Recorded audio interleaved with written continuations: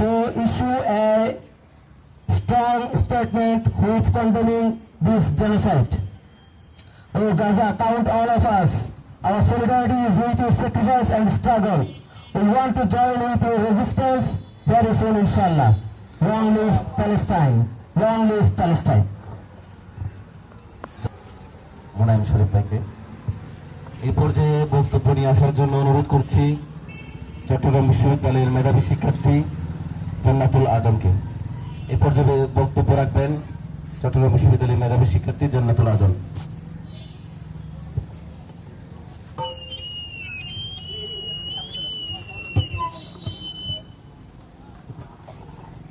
সম্মানিত সুধী, আসসালামু আলাইকুম ওয়া রাহমাতুল্লাহ।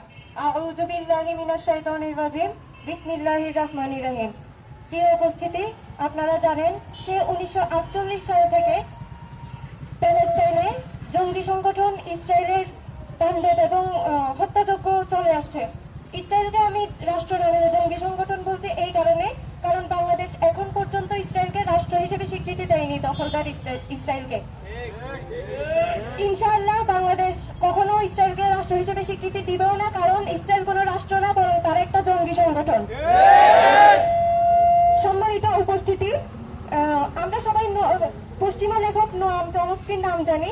নোয়াম চমস্কি এবং তার সাথে আরেকজন ইহুদি লেখক যার নাম হচ্ছে ইলান পাপেল, তারা দুইজন মিলে একটি বই লিখেছেন যার নাম হচ্ছে গাজা ইন ক্রাইসিস। সে বইয়ের সূত্র ধরে আমরা জানি প্যালেস্টাইনে যে বর্বরতা চলছে তার প্রধানতম কারণ হচ্ছে ইহুদিবাদীদের একটি ইচ্ছা বা আকাঙ্ক্ষা, যেটার